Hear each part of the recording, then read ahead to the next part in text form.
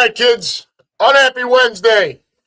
Coming to you live from our humble abodes. This is Unhappy and the MP, powered by Green Legion Radio and part of the Green Legion Radio family. We thank you, as always, for joining us from wherever you may be and whatever device you're using to stream us on YouTube. So please pull up a chair, turn up the volume, use the company dime if you're still stuck at work, crack open a cold one if that's your thing on a Wednesday evening. Where are we at?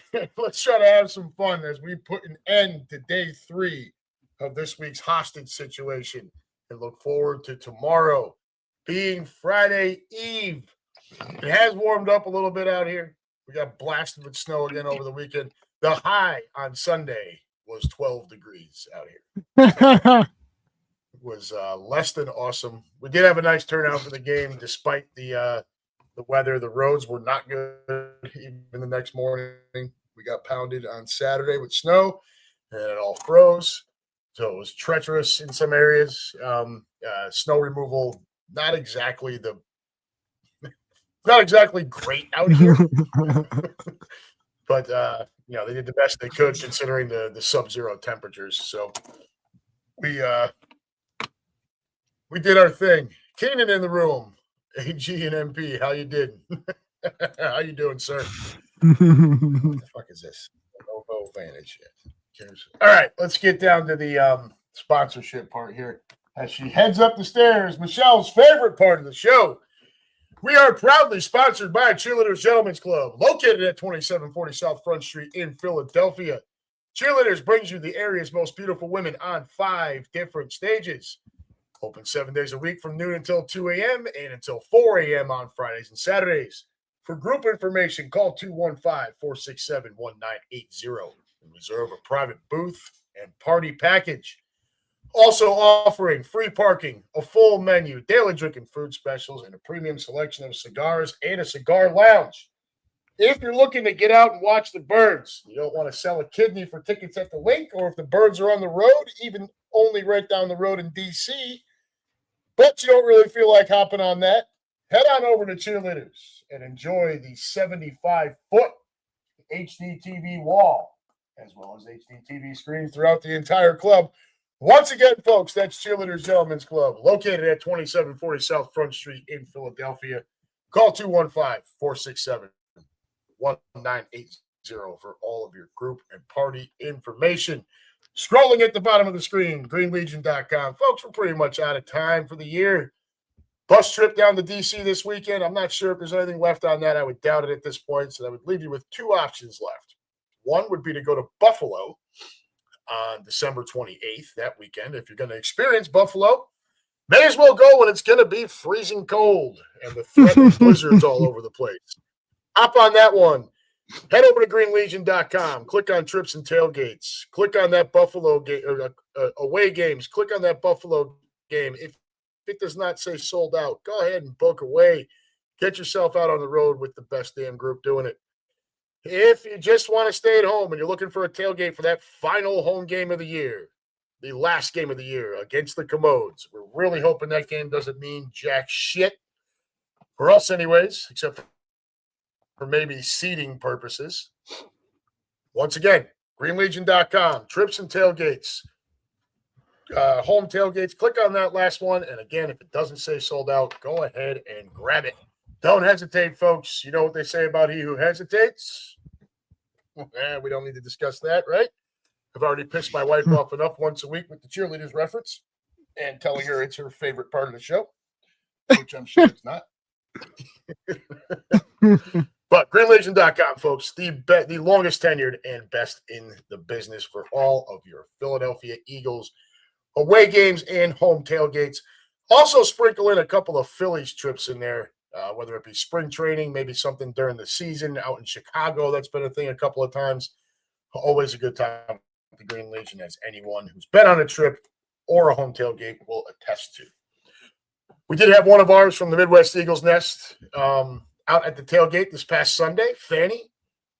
She was there with her 2 sons. It was their first game in Philadelphia, so she jumped on board. She was at the tailgate out here in Cincinnati last year, fell in love with it, as you know anybody does, whoever goes on a Green Legion trip or a home tailgate. So she booked it early, very early. As soon as that crap became available, she jumped all over it. And if you go to the Green Legion social media and you see the video where Samantha and Steph and Jen and the girls and whoever else are taking pictures and videos, you can see Fanny a number of times. She's got like a green cardigan, huge Kelly Green sweater over herself, and a Kelly Green and black Cowboys hat. She brings a lot of great energy. She's a very, very sweet woman. And we are very thankful to have her as part of our group out here. And thank you, Fanny, if you're listening now or later, for your support of the Green Legion. I'm going to run through something real quick before we get off and rolling. For any of my folks, Midwest Eagles Nest-wise, who are listening now or listen later, sign-ups for Saturday will close at 6 p.m. on Friday night, and that is subject to change. We could move that up earlier. There are reasons for that. That 5 p.m. game is going to run into the dinner rush at the back porch. All right? Saturday night dinner time is a very busy time at the back porch. Couple that with college football playoff games that Mason and I are going to get into here in a few minutes, as well as Christmas parties that want to be booked at the back porch. My partner, Mike, who is the general manager there, he has already messaged me telling me he has been turning parties away in anticipation of how many heads we may bring. So in order to be fair, help us help you. If you've not signed up and you intend to come, please get over to that Eventbrite link and take care of that. All right. What's in it for you? Well, as Mason and I will also get into a little later on, it's the possibility of a merry CLINCHMAS on Saturday. That is on the table. Right? We're not guaranteeing anything here, but it's on the table. Who else would you rather spend that with if you're in this area? It is also Angie's 29th birthday. Angie, Mike's wife, she's with us every week. She's the other person yelling and screaming at the TV right in front of the big screen, just a couple of feet away from me. It is also welcome home for Private First Class Grady Gilmore. My son has been away since August 26th when he left for basic training. He is currently in the midst of his AIT training at Fort Meade in Maryland and is coming home for the holidays. His flight is scheduled to get in at 6:30. Provided it all goes well, he should be joining us sometime late third quarter, early fourth quarter. And we've got a nice special entrance prepared for him. On top of that, as always, folks, you're going to have your Split the Pot raffle. A couple extra things to raffle off to, depending on head count. We will have, as always, the halftime rally dogs. Those are free. We will have the cheesesteak special, $2 fretboard light 12-ounce cans. And we're also going to put together some Christmas goodie bags for the kiddos with parents' permission, of course. So if you are on the fence, get the fuck off the fence. Get yourself signed up.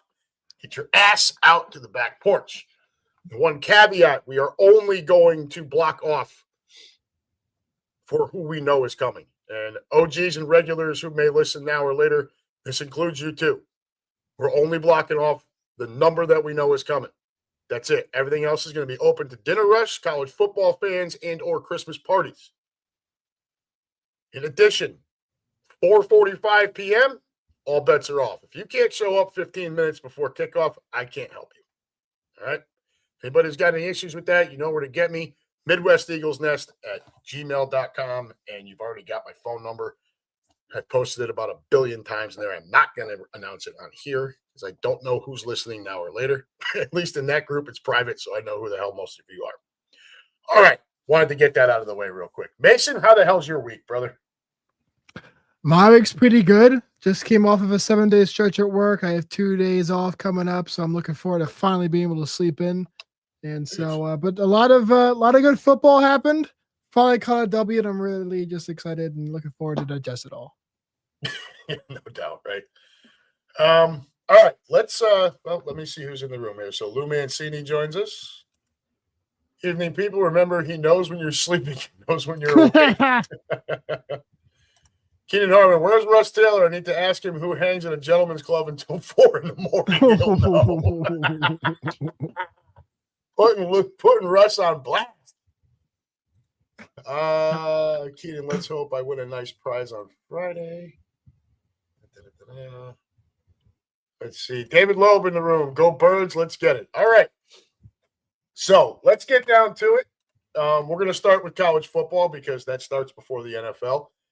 And, you got your opening round of the playoff this weekend. And I know there's other bowl games and stuff, but for these purposes here, this show, we're just going to concentrate on what everybody knows is the most important thing, and that's the playoff bracket.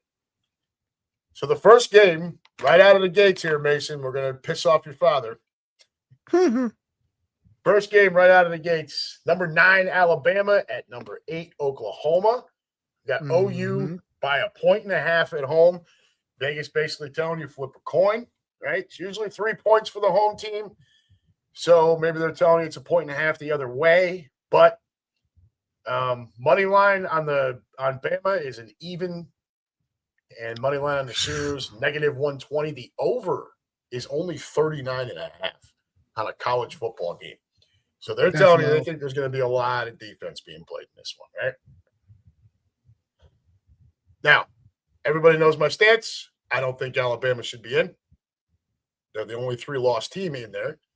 I believe that spot should have gone to Notre Dame, even though I hate Notre Dame, right? So like we talked about last week, no, I don't think Bama should be in. I think Notre Dame should be in, but the fact that Notre Dame is not in the conference is a big part of the reason I think why they're not in, which is kind of the punishment I was hoping Notre Dame would eventually get. I just didn't want to see them get screwed, which in my opinion they did, in the process.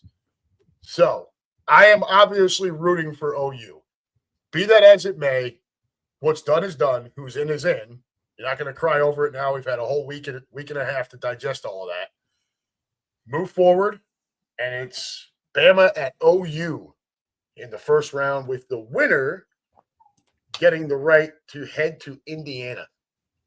What do you think?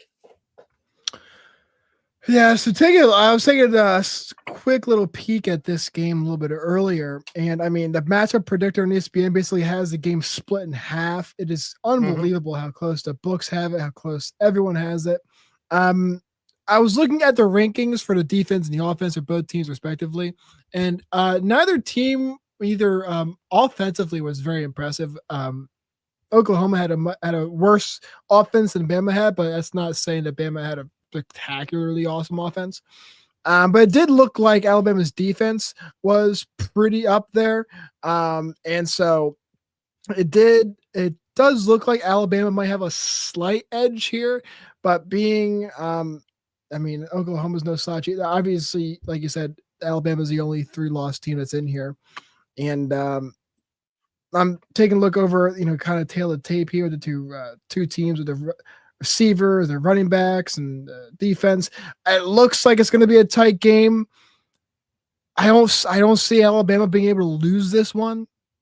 They have 4 losses in a season. It's pretty rough in that way. That's a big number for Alabama. It's a huge number for Alabama. Yeah. So I think for that reason, I think that they had to pull it out. I think if I had to put my number on it, I think you could see Alabama by 4. Bama by 4. I'm inclined to agree with you overall. As much as I don't want Bama in there, I think part of this is I'm not the only person sitting here saying Bama shouldn't be in, right? There's a lot of national reaction to that as well, and not just Notre Dame fans, right? You've got BYU that thought that maybe they had a dog in the fight there too. Mm-hmm. A BYU team that got blown out by Texas Tech is looking at Bama and being like, well, you got smashed by Georgia. Why the hell are you in and we're not? Like, it's a little – so I get it. There is a national reaction to Bama being in there and being the only 3-loss team, as well as not being a conference champion. I think they're hearing that. And while I do not think that Kalen DeBoer is anywhere near the coach that Nick Saban is, the fuel to motivate this team even more than they already should be is out there on all of social media, all of your tabloids, all over the country for the last week and a half. It'll be nearly 2 weeks since the rankings were announced when this game kicks off. It'll have been 12 days. So for 12 days come kickoff, they will have been hearing about how they don't belong in there. And I think there's something very, very powerful to be said about that, especially with a team like Alabama. While I would like to see Oklahoma win this, and they are home, right? The opening round, the better seed gets it at home. This game's in Norman, Oklahoma. So when you talk about Vegas giving you 3 points for the home team, and it's only 1.5 in favor of Oklahoma, that tells you that if this game was flipped and it's number 8 Alabama hosting number 9 Oklahoma, that the odds makers would probably have this as a 4.5, 4 to 4.5 in favor of the Tide. Mm-hmm. And that's probably the smart play. I just think with all of that juice there, and look, like I said, and I can just keep repeating myself, I want Oklahoma to win. I just think there's a little too much juice, too much anger that may go into this. Bama and their fans and their team, they're not used to hearing you don't belong here, right? They are not, right? They have more victories since in the college football playoff era since 2014 than any team in the country. Alabama's number 1, Ohio State's number 2. Mm-hmm. And then you got like Clemson and I think Georgia too. Those are the Watson, Bama is just not used to hearing you don't belong. And if these kids have pride in that program and they like their coach, they're going to come out with a little extra juice on Friday night. Oh, yeah. And I think with that being said, I my money would be on Alabama. I don't think it's a blowout, but I could see Bama by a touchdown. I could see Bama by 4 to 7 points. Basically saying if this was flipped the other way, like we just talked about, I think Bama covers. You know what I mean? Oh, yeah. I do think they're the better team. I know the 3 losses. I get it. And they got annihilated by Georgia, which is why I don't think they should be in. But all that extra smoke, dude, but it could go the other way. I mean, it's not saying these teams are 8 and 9 in the rankings for a reason. That's why it's so evenly matched up. Maybe they fall flat on their face. I don't know. But the bigger question is, who are they? Alabama. Are they the team that annihilated a few freaking cupcakes? Or are they the team that got murdered by Georgia? Or are they the team that ran out to a big first half lead in that first game against Georgia and then had to hold on? It's kind of the same thing they did against Auburn, Auburn was not a very good team. So that's the question that Bama, I think, has to answer for you. Who the fuck are we? Right? We're going to come out and make a statement. This is your statement game. You go to Norman, Oklahoma. You're on the road. You got the whole country telling you don't belong there for the first time in forever. Oh, yeah. This is where you make your statement. And they may not blow them out, but I do think Bama wins that game. 4 to 7 points, I think, is the right number in there. Yeah, I'll take that too. I like that. Hop over here for just a second. Oh, Russ did join us. Where's he at? Russ, so I've been known to help pay for the ladies' education. Boy, Russ.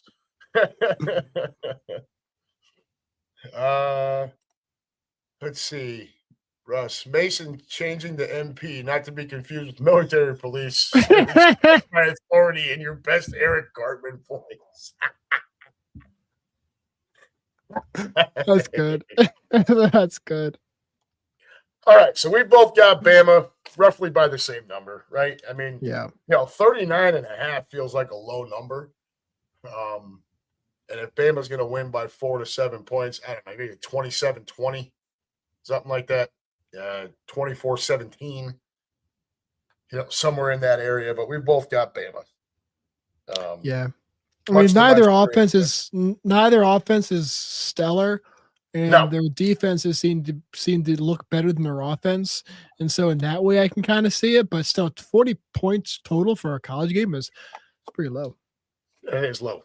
It is very low. All right, let's hop over to the next one. What's the next game up? First game on Saturday, Miami at Texas A&M. They've got A&M By how much? Where is that by 4? I don't think by 3.5, 4, yeah. 3.5, 4 with the over at 48.5. And look, I'll be so if you wanted to take Miami on the money line, it's plus 140. A&M is minus 166. I'm gonna just throw it out there. I think this is where the ACC gets sent packing and gets sent packing in a big bad way. I think A&M is going to be very, very pissed off. They feel like they should have been playing for a bye, and they dropped that terrible loss to Texas right at the end of the year, and it hurt that. And now you got them at home, and you got this Miami team that is in because they had the head-to-head win over Notre Dame, not because the ACC was a good conference. Miami might be the best team in that conference, but overall that conference is not very good. Right. And you get the Aggies, who looked very much the part of a national powerhouse for pretty much the entire year, and just happened to drop that one at the end there, and it took them out of that, out of that spot in the, for the SEC crown. I don't like Miami's chances in this game. I don't like the fact that they have to travel to College Station. It's a really rough place to play on the road, right? The extra fuel that A&M is going to carry into that game. And look, I get it. Miami may have some of that too, with everyone telling them they don't belong. Or at least Notre Dame fans tell them they don't belong. But I just, they come from a conference where Duke ended up winning the ACC, right? The Duke 8-5 Duke is your conference champion. Miami's in by default because I think they felt like they had to put an ACC team in there, and they had the win over Notre Dame. That's the only separation. I don't like Miami in this game at all. I think 4 is too low. I think Texas A&M beats them by double digits, and it may only be 10, but I think they win by double digits. So take a look on my end at the whole game there. It is obviously a decently large slant towards A&M there, with the books and everything like that. But one thing that I'm looking at the preview of the game here is that Miami's defense is sizably better than A&M's defense is.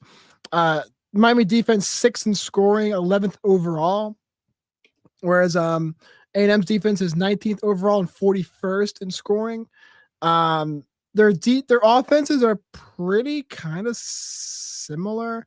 I mean, Miami's rushing isn't very good, but their overall passing and scoring are pretty close there.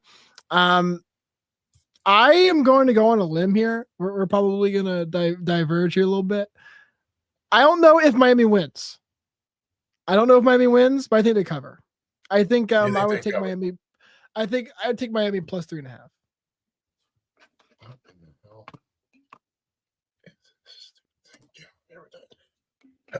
So you've got Miami covering. So you don't. So are they going to win? Because I'm just going out right here. I don't know if they're going to win, but I think that they can stay within 3. Who's going to win the game?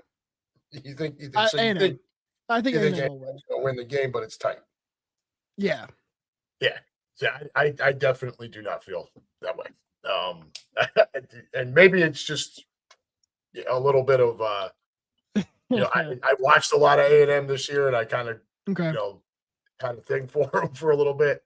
And I don't care for the ACC or Miami. Sure. But I think we both agree Tamu's going to win the game.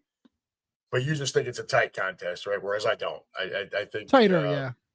Yeah, I think, and like I said, it may only be 10, but I think they win by double digits. Only. That's kind of where I'm at. It'll be only. I get it, right? It's still 2 scores. I understand. But when I say double digits, some people, you think they're going to win by 3 touchdowns? No, dude. I mean, I think it'll be close. Digits. I think it'll be maybe 10. I think it'll be close. All right. So we both got Bama and A&M, but you think it's going to be close, and I do not. Bama, we both kind of agree. Mm-hmm. That one's a win, only tight game. Yep. The next one up on Saturday is Tulane at Ole Miss. Yeah, It's like, okay. all right, look, I don't mind having group of 5 conference champions in there. I don't. I think it's good for the sport. I think ultimately, like we talked about last week, this is where you start to see it start going to that 4-4-2-2-1-3 format, right? 4 from the SEC, 4 from the Big Ten, 2 from the Big 12 and ACC, and then 1 group of 5 conference champ, and then 3 at-large bids. I think the results of this weekend are probably going to force that, because I know that Ole Miss just lost Kiffin. I get it. But their offensive coordinator is being allowed to coach the team. And I just look, Tulane's had a nice year. I think it's cool, right? They are nationally ranked. They were 20th in the country going into the weekend. They won their conference championship. Congratulations to the Green Wave. Congratulations to all the folks Especially down for in the New program, Orleans. Yeah, it's great. But now you're going to run But into an SEC team that just lost its head coach. They still got their OC who's going to coach them. They're going to be a little pissed, right? They're going to. Yeah. In my mind, if I'm playing on that team, I would want to look at this and be like, Kiffin, this is what you're leaving. Just start punching people in the mouth. And you look at this thing, and they've got, they got Ole Miss by 17.5. With the over-under at 56.5, they're telling you that Ole Miss is just going to run Tulane out of the building.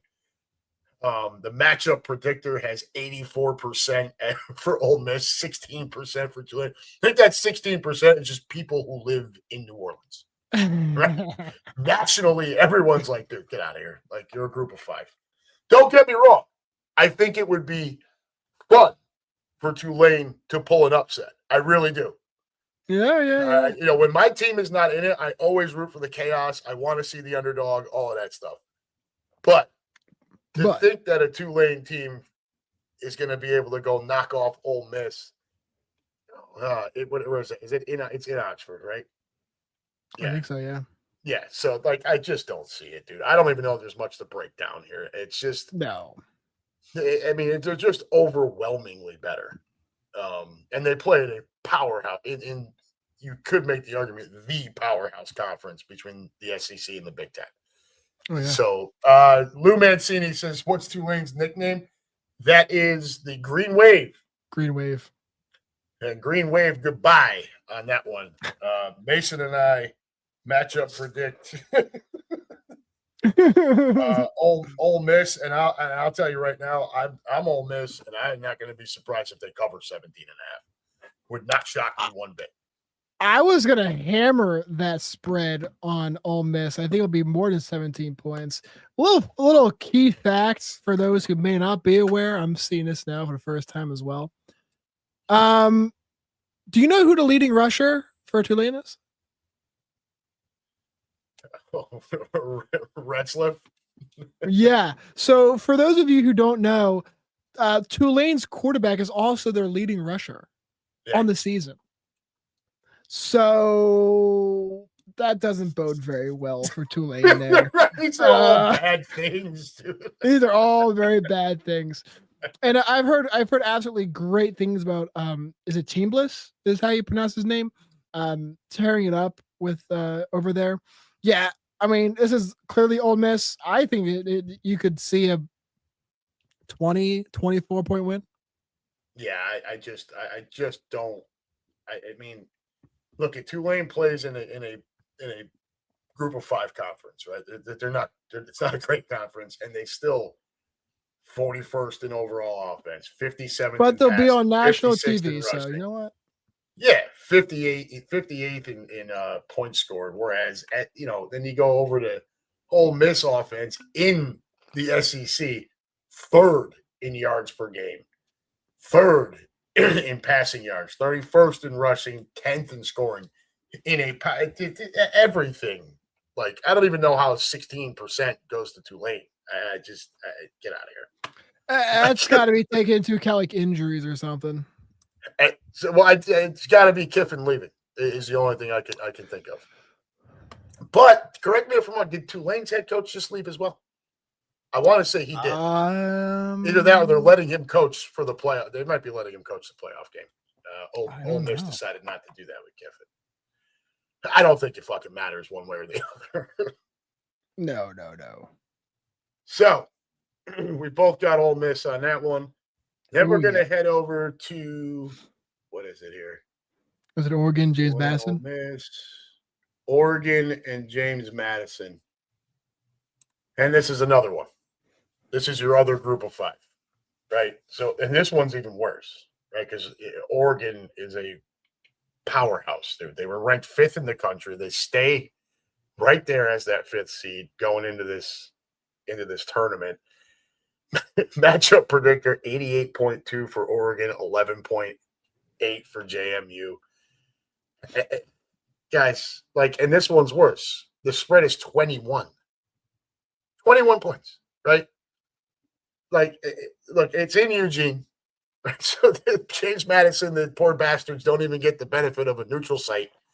They've got to go to Eugene, Oregon, and take on this Ducks team that, also has a little bit of a bone to pick. Not a bone to pick, but man, had we just, that loss to Indiana, the 10-point loss at home to Indiana is what cost them their shot at the Big Ten championship.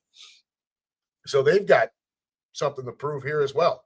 We're the 5 seed. We're going to get this week draw. And you look at Oregon, they win that game, and you've got then they're going up against Texas Tech, who looked every bit a national title contender last weekend. So, look, again, group of 5. It's a nice story. Good for you, James Madison. At a 21-point spread. Dude, 21-point spread and the over is only 47.5. Dude, they're just telling you, man. They're almost daring you to lay the points. They're just daring you to do it. To take the points. I mean, and here's the other funny one. If you wanted to take Oregon on just the money line to win straight out, it's negative 2,100. If you took James Madison money line, it's plus 1,100. For those of you who may not be avid bettors, for Oregon to be minus 2,100, that means you have to wager $2,100 to win $100 if Oregon wins. Yeah, it's insane. There's just, and Vegas usually gets it right. So I mean, especially with stuff like this. I mean, look, are they going to cover 21 points? Yeah, I think they might. I think they probably will. A lot of folks look at these things with these huge spreads, and they're like, "Geez, man, it's a playoffs. How can I lay that many points, brother? Lay the points. Oregon's home. They're healthy. Their coach isn't leaving. They are in good shape. Yeah. Right? The only thing that could bite them is knowing who they're going to play next, right? Mm-hmm. But even with that, right, James Madison, again, nice story, great, good for you.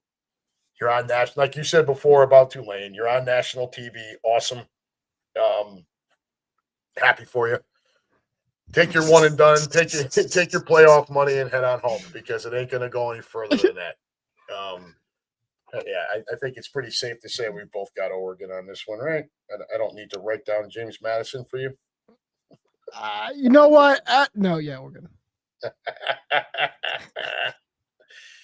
So we've both got Bama in a close victory. We've both got Texas A&M. I think it's double digits. You've got them close. We both have Ole Miss and Oregon just absolutely smashing their way to the next round. Mm-hmm. So your matchups, given that, so we've got the only technically underdog that we have is Bama. They are the 9 playing at the 8. Mm-hmm. So that would set up a second round with Oregon at Texas Tech, Alabama at Indiana, Ole Miss at Georgia, and A&M at Ohio State, which we won't worry about until next week. But actually, we got 2 weeks for that. But that would be what that sets up as, right? And that's where you start getting your bowl games in. So Oregon would be at Texas Tech at noon on New Year's Day in the Capital One Orange Bowl. You would have Alabama at Indiana at 4 p.m. on New Year's Day in the Rose Bowl. You would have Ole Miss at Georgia New Year's Day at 8 p.m. in the Sugar Bowl, and then A&M at Ohio State on New Year's Eve, 7:30 in the Cotton Bowl. From your winners of those would play the Peach Bowl, and the Fiesta Bowl, and then of course the national championship is a standalone. It's not a bowl. So that's the way that looks. I mean, I feel pretty comfortable about the picks, especially the two against the freaking group of 5 cupcakes. Teams. Yeah, and if it goes the way we both think it's going to go, I think that's just more fuel for them to switch it up to that setup I talked about last week and mentioned previously, where you go the 4-4-2-2-1, and then 3 at large. Now the 3 at large, I think you've got to, if they go that direction, this before we end the college football segment and hop over the birds for the rest of the night. Yep. You go 4-4-2-2-1, 4 SEC, 4 Big Ten, 2 ACC, 2 Big 12, 1 group of 5. Then you have 3 at-large bids. This expands the playoff to 16 teams. I think there needs to be a limit, and my friend Dave Conant agrees. There needs to be a limit on the number of teams from a specific conference. Like, if you've already got 4 from the SEC, I don't want to see all 3 of those at-large bids go to the SEC, right? Now you're talking 7 of the 16 teams are going to be from the SEC. I mean, come on here, dude. Like, I just think that's too much. And same thing with the Big Ten. Like, I could argument this year, if you went 4-4, I mean, one of those would have been Michigan, who would probably get boat raced by a bunch of the teams in this playoff already. So I don't know. I mean, I don't know. Do you have any feelings on that? Because I don't think you should end up with 7 from one conference. I think that's too much, way too much. Well, this kind of goes to the whole issue of conference realignment in general, really. Me personally, I'm not a big fan of the whole realignment. I honestly don't think that Oregon, UCLA, USC being in Eastern conferences is a good thing. I don't like having those students fly across the country for these competitions in the middle of their academic schedule. I understand that's what they signed up for, but it's also not the way it was supposed to be designed.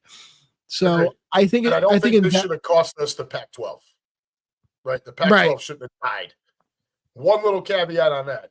You realize the Pac-12 was the first one to get offered by ESPN a big money contract. They turned it down because they said it wasn't enough. And so ESPN and everybody else shifted gears to the SEC, the ACC, the Big Ten, and the Pac-12 got left in the dust. Be that as it may, I don't think it should have caused the death of a conference. And to me, that was upsetting. But along your lines, I agree with you. I don't. Oregon, UCLA, USC, Washington, I don't like that they're in the Big Ten. I don't like that the Big Ten goes from Los Angeles all the way to fucking New Jersey. It's too much. You're right. It's stupid. And so with that said, I think I feel like if you do quotas for certain or like limits per conference, then you might see a shift where these schools will leave those conferences again and rejoin other conferences that may be closer to where they are. So if you limit the SEC, if you limit the Big Ten, then you might see a UCLA, a USC, and Oregon leave those conferences, maybe restart another Western conference there. I think that would be better for the sport. I think it'd be better for those schools. I think it'd be better for the kids. It's better for the kids for sure. Yeah. And I think it's better for even TV ratings. They had the Pac-12 kind of, or what was the Pac-12 kind of representing the Western teams there, even though how many people on the East Coast even watched it, nonetheless. So this guy. Eastern time, I'm telling you, man, even when the Pac-12 was going, dude, I'd be out here and that first game would kick off at noon. The last one would kick off at 10. and I'd be Yep. out here for all of it. And I would pass out over there watching some of the shit. So yeah, no, I agree with you. One final thing, Notre Dame. Does this finally force joining a conference? Or do you think they stay the elitist fuckheads that they've always been? I mean, I think if they're good enough, and I don't know if you say you have to have X amount from this conference and X amount from that conference. What I think you could do is say no more than X from this conference and no more than X from this conference. And then whatever the three at will are what they are. I think that you could definitely see a Notre Dame easily slide in there if they are that team that's able to kind of persevere with themselves. But I think that you very easily could kind of force Notre Dame to kind of bend the knee and join out of necessity. But I think it's something you want to force through circumstance and not through like quota. Yeah, I'm with you. That's I think with Notre Dame. So if you go that 4-4-2-2-1 and then 3 at large, they're automatically all the way down at that at large. They have to earn one of those spots because they're not in the Big Ten, they're not in the SEC, they're not in the ACC, not in the Big 12, and they're not a group of 5. So they end up in that group where you're still floating around with your Miamis and BYUs and shit like that. And that can get dangerous for a program like Notre Dame, especially, they've got that, they've had that TV deal, that media deal with NBC for forever. And if they're now going to struggle to get into a playoff because they're not part of a conference, what I don't know, and I need to look it up, is when does that expire? The NBC stuff with them, because that will change the tide. Like if they go to the Big Ten, then they become part of a Fox deal. If they go to the SEC, just for example, they become part of an ESPN deal. And I don't think they're allowed to double dip. So it would have to probably be one or the other, not pulling from both. You know what I mean? So I think and ultimately that's what's going to drive the decision. As long as a network is willing to just pay them exclusively, then they have all the money in the world and they don't need to join a conference financially. Sure. Prestige-wise, I mean, look, this is a fan base and a program that runs around thumping its chest about shit that it did 40 years ago. I'm tired of it. You know what I mean? I'm sick of it. What really made me sick was the COVID year when they joined the ACC. Well, we're just going to do this for this 1 year. And their basketball team is in a conference. And it's like, dude, if your basketball team's in a conference, your fucking football team should be in it as well. It's annoying. That's why I can't stand Notre Dame. That's literally the reason. All right. Let's close the book on college football. Can we get off my high horse? So we missed a bunch of stuff in the room here. Let me see if we got any questions. Makes a change. The elephants in college football. No, we're not going to do any of that.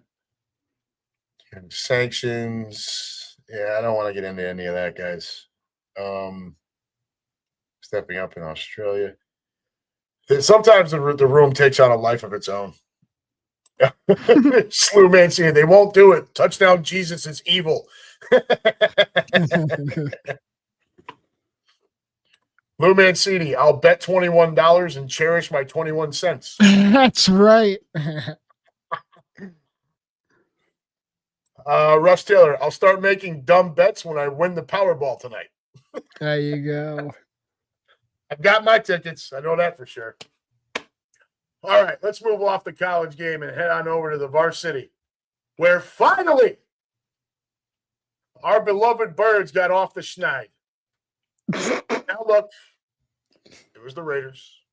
It was the Raiders. Talked about this last week. The expectation was 30 points from the offense, and we got it. We got it, right? And when I talked to the crowd at the back porch pregame, I told them the same thing we talked about here. I said the baseline should be 30 points, and 30 points from the offense. If the defense scores a touchdown, that doesn't fucking count, right? So, and we got it. We got it, albeit against a terrible team. But You're supposed to beat up bad teams, right? That's what you're supposed That's to exactly correct. do. So, how many bad teams have we really played this year? Like, overall, really bad teams. The Giants are a bad football team, right? We got smoked by them once. That was the most embarrassing fucking night of my entire year. The Vikings are not a good football team. We beat them. Then we came back and smoked the Giants again. Dallas, we split with them. They're not all that good. But apart from that, and the Raiders. No, I mean we've had a pretty respectable schedule. Yeah. The Chiefs, I get it. They're on the outside looking in now, but it's still the fucking Chiefs. You had to go to Arrowhead. It was early in the season. The Rams look like the best team in the league right now. Tampa Bay, that was early on at Tampa. They were playing good football. They're still trying to get into the fight. Denver, who is at the top of the AFC. Green Bay is no pushover, though now without Micah Parsons, we'll see. Detroit is struggling a bit, but still, again, it's not like they're a pushover, right? We haven't played a bunch of cupcakes here. Sure. And so, we beat the Cowboys and lost to them once. We crushed the Giants once and got crushed once. We smoked the Raiders. Smoked, which is exactly what should happen when you play a bad football team. Mm-hmm. Great game, fun to watch.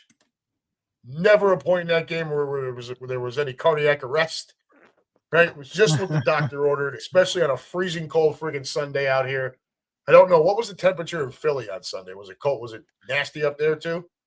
Oh man, what was it? No, I think it was pretty chilly, but not. Oh wait, I think it was. Was it not almost borderline snowing that day? Yeah, you did have. I think you had 1 to 3 inches like the night before or whatever. Yeah, and then, I can't go back to their forecast. So there's Russ. There's Russ. His game time was 26 degrees. So yeah, it wasn't warm there. A little chilly. It wasn't 8 degrees though, dude. And that's I think they said the high on Sunday out here was 12, and then with the wind chill, it was like 3. I mean, it was just brutal, dude. It was nasty. Like it took your breath away. But big win, dude. Right? And hopefully that's the get right game. Jalen Hurts, 12 of 15, 175 yards, 3 touchdowns, albeit does not play the fourth quarter. Right? That was the biggest beauty, was being able to just sit everybody down. Right? I miss those days. We were just beating the shit out of somebody so much that you don't have to play him in the fourth quarter. Saquon Barkley, 22 carries, 78 yards. Right? Tough sledding again for the run game. Didn't have a whole lot going as far as yards per carry. But what's going to be my favorite stat, Mason? What do you think it is? My 2 favorite ones. It's got to be time of possession, and it's got to be possession. Time of possession. Oh, what's the other one? This is a fun quiz. Time of possession, and let's say third down. Well, I mean, you always like the third down when you're 10 of 13, but time of possession is usually directly a result of your run to pass ratio. Oh yeah, clamoring for all season long. And we finally got it. 47 carries versus 18 pass attempts. And I get it. A lot of that is fourth quarter, Tanner McKee. We're up a ton, just trying to kill the clock. I understand. But damn if that wasn't beautiful. Hurts had 15 attempts. Yeah. Hurts had 15 attempts the whole game. The whole game. That's insane. 15 attempps, 7 rushes. Right? Now, I don't think Jalen Hurts needs to be limited to 15 attempts. Again, he didn't play the fourth quarter either, though, right? So that would have gone up a little bit. But that's also 5 attempts a quarter. Yeah. Mm-hmm. That's 5 attempts a quarter. Yeah. And look, we saw some creativity. We saw a little bit more motion in the offense, right? That was nice to see. I don't care for the fact that they're still in love with that little hitting Goddard in the flat coming off that fake block on the end there. They fall in love with that fucking play. They tried to get it to Calcaterra late, and even the Raiders were ready for it. So it's like if the Raiders are ready for it, maybe you want to mix it up a little bit. I do like the play to Goddard right at the goal line. That was one of my favorite ones. The Yes. Chiefs used to do it. Yep. Chiefs used to do it all the time with Kelsey, right?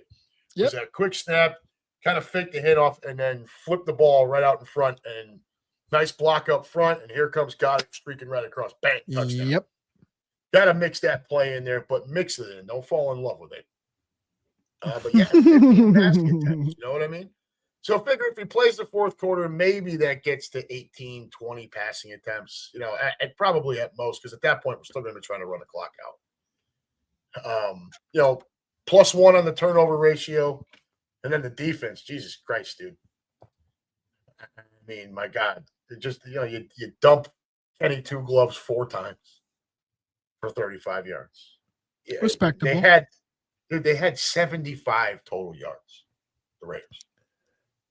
75. Yeah. Yeah. I mean, You almost feel bad, you know? a little bit. It's like elder, like, you know, they're a kid. All right. Don't do it too bad. Don't do it too bad.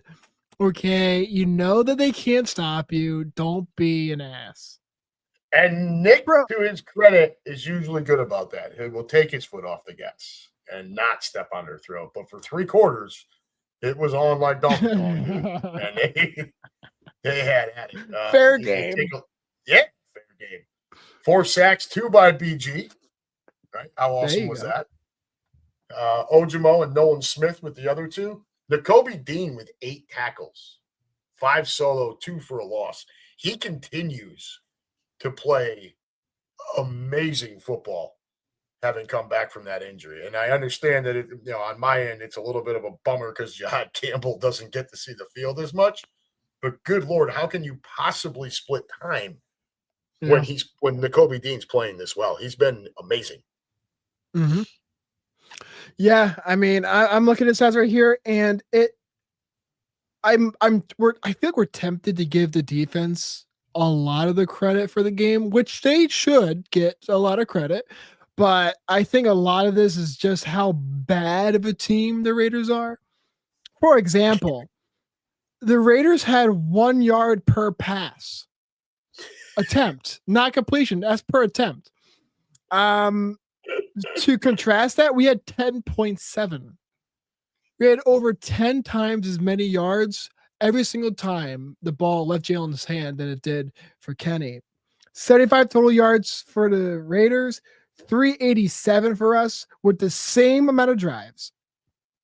29 and foot off the gas in the fourth quarter. Right. For the Raiders, 3 for 12 on third down. Us were 10 for 13. I mean, we had 27 first downs. They had 7. Okay, this wasn't a contest. This was a murder. But you know what? It was overdue. It was overdue. And it almost felt frustrating that we had to dare doubt their ability to do this to this team, that we shouldn't have to be like, oh, okay, well, we should have thought it was going to happen, but you know what? With this team, you never know. And that's an indictment on the team itself. And so the Eagles have themselves to blame for that. The team have themselves to blame for that. But even when you do the right thing, even if it's really easy, it's really simple, you still get congratulated. So good game, but it was the Raiders. It was the Raiders. Keenan Harmon in his best Oprah voice. Everyone caught a ball. Lou Mancini says turnovers. Keenan hit the nail on the head past the run ratio. Yes, sir. You know I'm in love with that. David Loeb, not hiding anything here. No fear. Eagles back-to-back NFC East champs. He's calling it right now.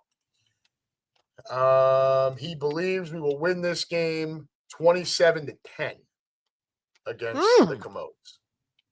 27-10. So, David, you're thinking that what we did against the Raiders carries over into this week.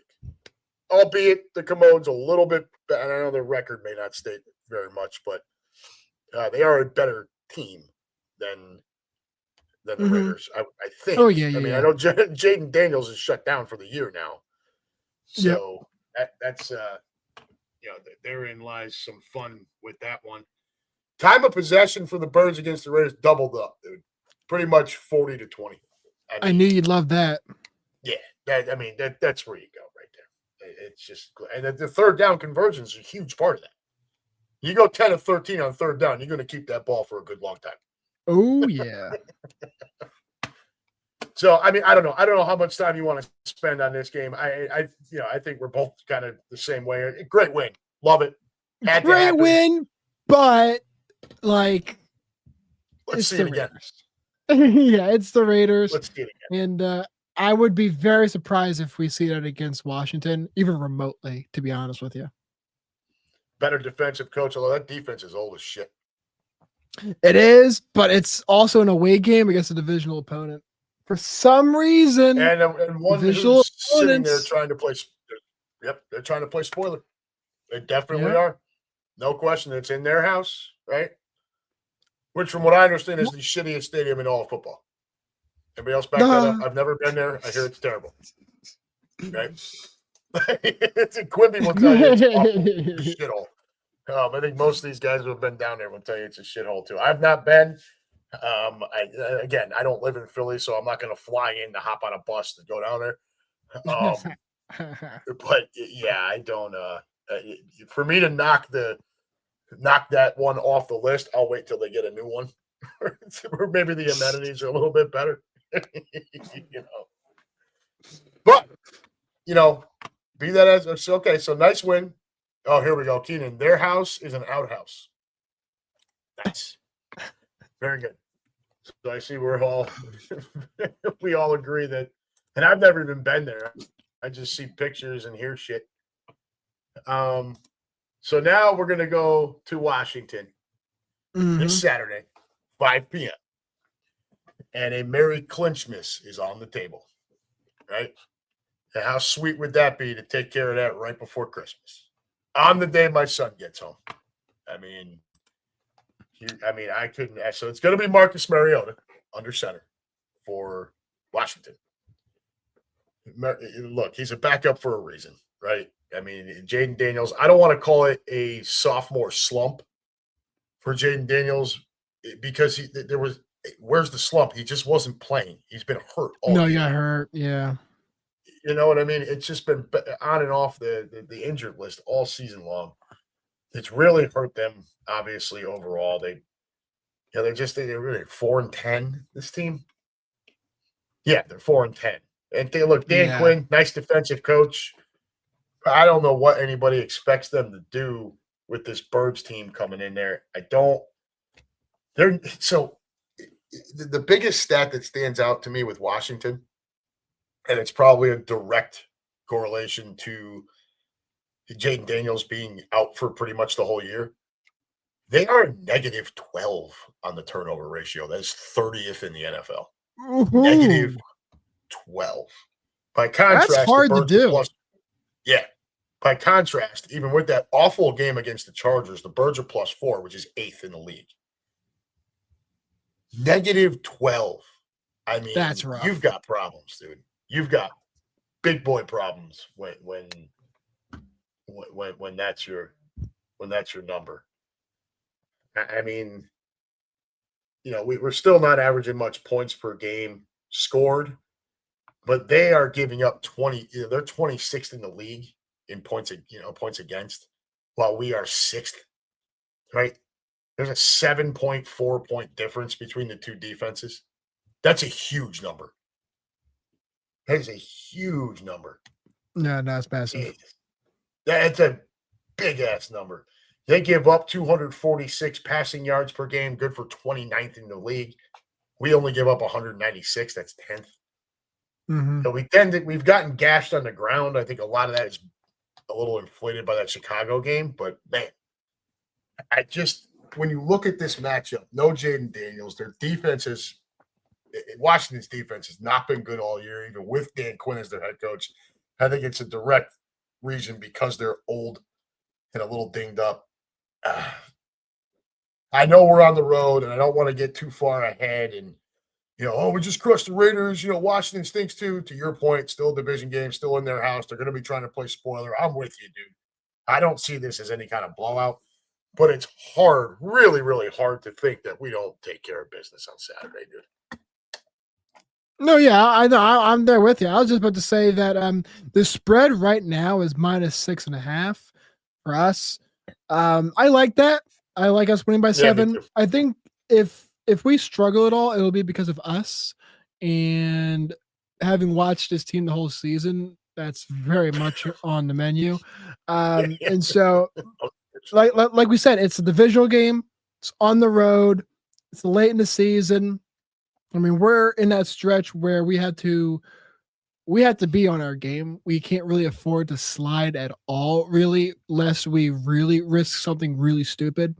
So the pressure's on us. There's virtually no pressure on Washington. So they're playing loose and they're playing free over there. And so I think that's why, if there's anything that may risk anything, it's that. But nonetheless, I think we cover. I think it'll be at least 7. But if we struggle, it won't be because they do well. It's because we suck. It's because we're fucked. We're back to screwing shit up. Yeah, I'm 100% with you with that. I just think the overall depth of talent across both rosters, it just doesn't stack up for Washington, dude. And that's why you see that spread. I think the only reason why it's not bigger is because, again, you can look at it, 3 points for the home team, right? So they're telling you flipped on its head. Yeah, almost 10 points. It's a fucking 10-point spread. You know what I mean? Which I think is more what a lot of people are expecting. This Washington team's just not good right now. It's a bummer for them. They had a really nice year last year. Jaden Daniels with that monster rookie season. He's just not been on the field enough. Lou Mancini, Grady coming home for Christmas is the greatest gift ever. I'm so happy for you. Thanks, brother. I appreciate that. Keenan Harmon says the restrooms in Washington will be flooded before halftime. Keenan also, let's get back-to-back shutouts. He likes it 28-0. Ouch. Okay. So here's my 2 cents as far as the whole, you want to put it away now, right? Win this game, clinch the division, because after this, you go to Buffalo, right? And that's a Buffalo team going to need that game for seeding. And because they just beat the Patriots, it's not off the table that they can still win the AFC East, right? They need help, but it's not off the table. So Buffalo's going to be up for that game in a week. You got to go to Buffalo. I don't think you can look at that and be like, oh, we're going to come out of there with a win, right? You hope, but it's not going to be easy. So if you lay an egg this week and you got to go play a hungry Buffalo team, you do not want your whole season riding on having to beat Washington last game of the year when they will still be playing fast and loose. And the pressure will be 1,000 times magnified on this Birds team. You take care of business Saturday, put that to bed, and then you're playing for a seed at that point, right? I think you clinch the division. I think we're not going to fall any lower than the 3. And then it's a matter of our wins versus other teams' losses as to whether or not we can move to the 2. Right? Pie in the sky, you win out, the Rams fuck up, and we're able to leapfrog back up to the 1, but that's not likely. The 2 is within range, but we still need a little help. But seed doesn't matter until you win your division, right?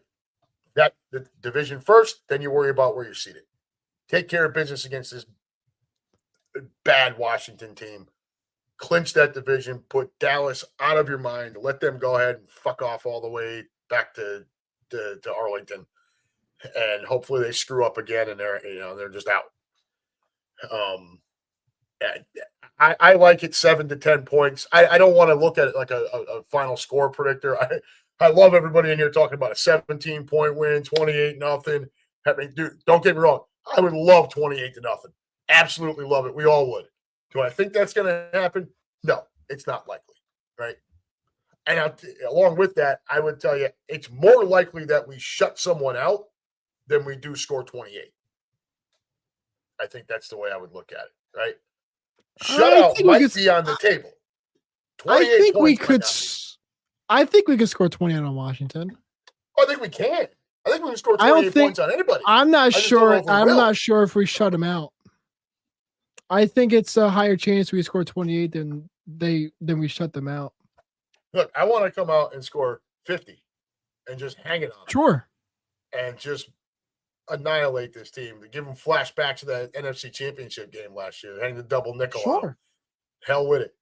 But overall, just win the game, dude. Give me that 7 to 10 point victory. Cover the spread. Make it look comfortable. Don't put us through a series of heart attacks. Let's get a Merry CLINCHMAS on Saturday, right? And then we can all breathe a little easier heading into Buffalo. I think to me, that's the way to look at it. Yeah, I'm right there with you. I mean, I think I just hope that we don't have our sights set too much on Buffalo. I think if you win against Washington, which you should, then you can take a deep sigh of relief and slightly relax against Buffalo, knowing that you're probably not going to fight for anything more than the 3rd seed. Especially if you clinch, then you might just kind of coast and just say, okay, listen, we have Buffalo and we have Washington next. Which game do you really want to go all out on? It's probably not going to be Buffalo. It's probably going to be Washington. And by the way, Buffalo is going to be playing way harder than we are, most likely. Oh yeah. On that game. Clinch, Buffalo's going to be up. I mean, Buffalo's going to be up for that, up no matter what. They're going to be charged up. You know what I mean? The other thing that would change things going into Buffalo. Say we do win on Saturday, Merry CLINCHMAS, yay. Well, so at that point, the 3 seed is ours. Depending on what else happens, the 2 seed may not even be within reach by the time we get to Buffalo. You know, right. Or at least within realistic reach, right? If there's all these different things that have to happen, the likelihood of that shit is not going to be there. And so now you start talking about, nobody's looking at breaking records this year like Saquon was last year. You have no trouble sitting guys, right? Get everybody fucking healthy, and go after it come January. It would be the way I would look at it. But you got to get this win.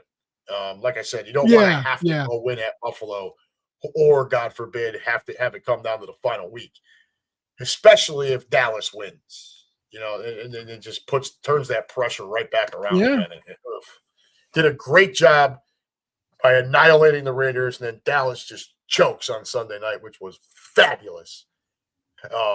Drop that magic number all the way down to 1, where now Saturday becomes CLINCHMAS if you can win it. That's it.